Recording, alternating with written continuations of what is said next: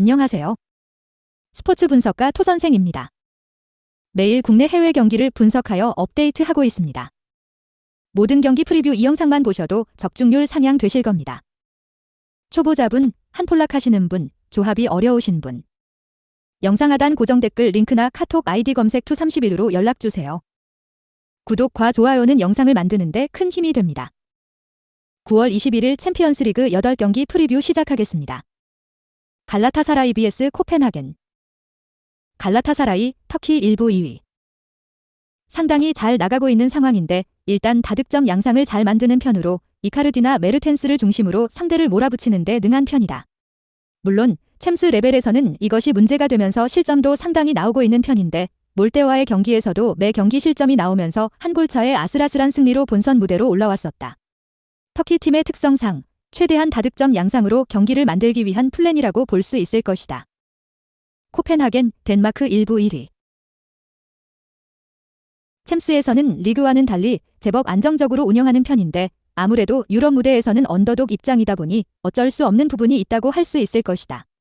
물론 양 측면을 경유한 역습이 갈라타사라이를 상대로는 효과를 볼 수 있을 것으로 보이기는 하나 문제는 라쿠프와의 피오에서 상대 박스를 제대로 타격하는 양상은 보여주지 못했다는 점이다.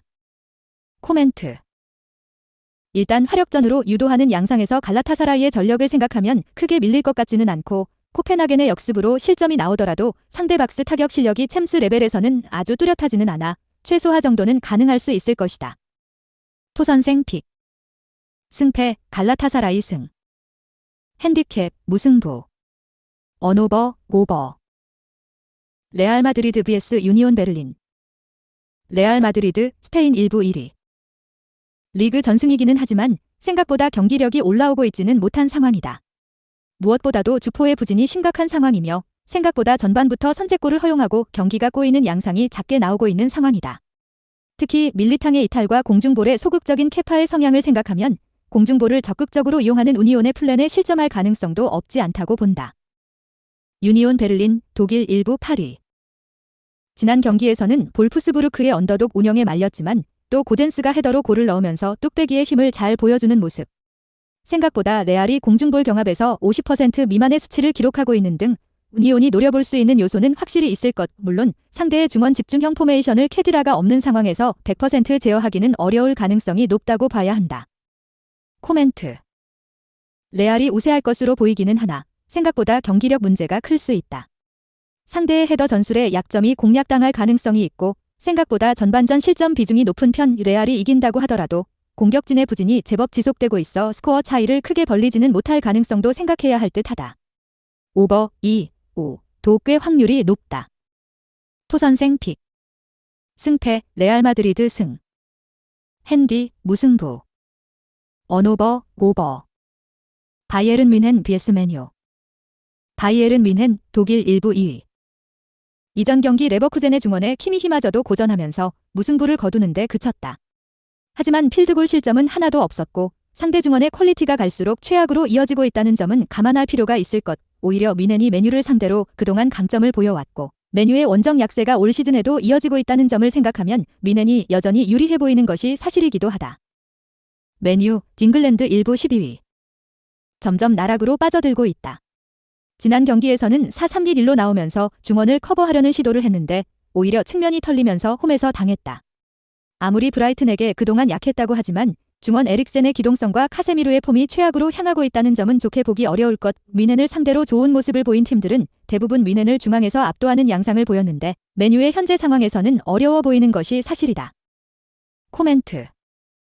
뮌헨의 승리를 기대해야 할 듯 맨유의 현재 상황으로는 뮌헨의 중앙을 싸먹으면서 유리한 고지를 점하는 것이 매우 어려울 가능성이 높다. 맨유가 중앙을 커버하려고 해도 지난 경기에서 측면이 철저하게 공략당하는 등 어느 한 군데를 커버하면 다른 곳이 고장나는 총체적으로 난국인 상태로 봐야 할 듯하다. 토선생 픽. 승패, 뮌헨 승. 핸디, 뮌헨 승. 언오버, 오버. 세이아 vs 랑스. 세비야, 스페인 1부 17위. 라모스 복거 효과가 한 경기 만에 나타났다. 지난 경기에서 라스팔마스의 박스 안 진입을 최대한 억제하면서 실점 위기를 낮추었고 1-0으로 승리를 기록하는 모습. 챔스에서도 경험이 많은 라모스의 진두지휘는 확실히 이득이 될 것으로 보이는 상황이고 아직 톱들의 폼이 100%가 아닌 것으로 보이기는 하지만 리그에서 득점에 실패한 적은 없을 정도로 꾸준함 정도는 세비야가 가지고 있는 편이다. 랑스, 프랑스 일부 18위. 메스에게도 패하면서 지난 시즌 2위 팀이 꼴찌로 내려앉고 말았다. 1차적인 압박 라인을 높게 잡은 것이 올 시즌에는 뒷공간을 공략당하는 원인이 되고 있는 상황이고 와히를 비롯한 공격진들의 폼이 매우 좋지 못한 상태. 기대 득점은 지난 시즌과 크게 차이가 없는 상황이기는 하지만 와히가 평점 5점대로 매우 부진해 지난 경기에서 75%의 점유율을 가지고도 패하는 원인이 되기도 했다. 코멘트. 세비야의 라모스 합류로 센터라인의 단단함을 보여줄 수 있을 것으로 기대하고 있고 지난 경기 결과도 수비적으로 꽤 만족스러운 모습이었다.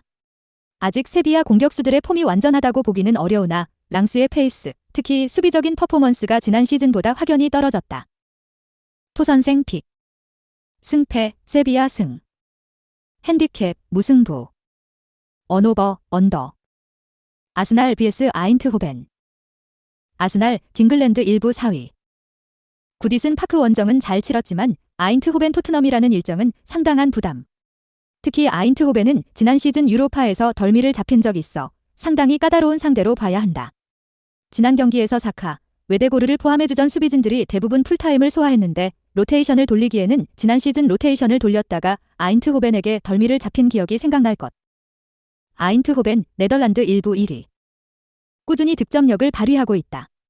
랑의 적응이 상당히 빠른 편이고 대용의 피지컬적인 부분도 아인트호벤이 이용할 수 있는 무기. 아스날의 공중볼과 세트피스 약점은 팀의 고질병이기도 하다.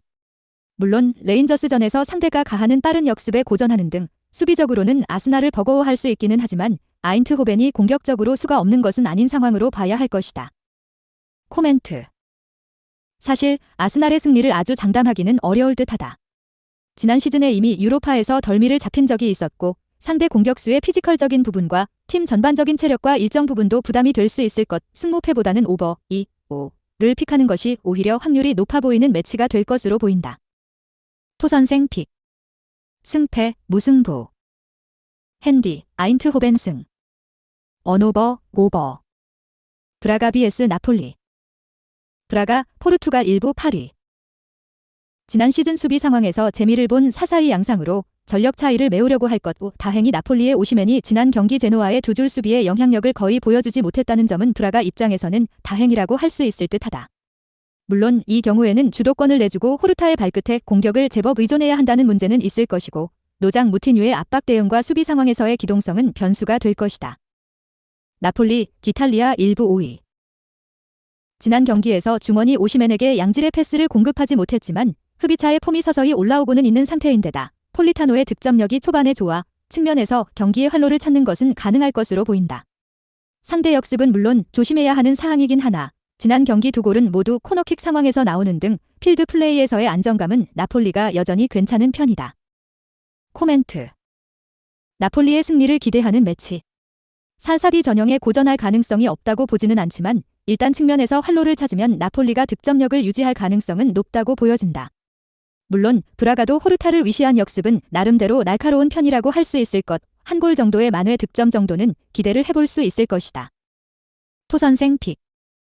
승패, 나폴리 승. 핸디, 무승부. 언오버, 오버. 소시에다드 vs 인터밀란. 소시에다드, 스페인 일부 11위. 실바의 부상과 페르난데스의 징계로 인해 안 그래도 오야르사발과 사디크가 부진한 공격진에서의 고민은 더 높아질 전망. 게다가 최근 두 경기에서 총 5실점이 나오면서 상당히 실점 억제도 잘 안되고 있는 상황이라 소시에다드와 정반대인 공격진의 감각을 보여주고 있는 인테르를 상대하는 것은 매우 부담스러운 일정일 수밖에 없을 것이다. 인테르, 이탈리아 일부 1위. 지난 경기에서도 중원과 300의 안정성은 여전했다. 인테르의 이 전력을 상수로 보고 소시에다드와 비견할 수 있다는 점을 감안한다면 공격진이 지난 리그에서의 모습처럼만 해준다면 결정력 차이를 벌리면서 승리할 수 있을 전망. 중간에 주말 리그를 위해서 튀랑이나 라우타로 정도를 빼줄 수도 있기는 한데 일단 아르나우토비치도 몬차전에서 교체로 나와서 어시스트를 기록하는 등 존재감을 보여주기도 했다. 코멘트. 양팀 공격진의 전반적인 컨디션을 고려하면 인테르의 손을 들어주어야 할 것. 인테르의 성적은 공격진의 컨디션에 비례하는 경우가 잦은 편이기도 하다. 사실 인테르의 중원 안정성도 소시에다드의 중원과 밀리지 않을 가능성이 높다. 토선생 픽.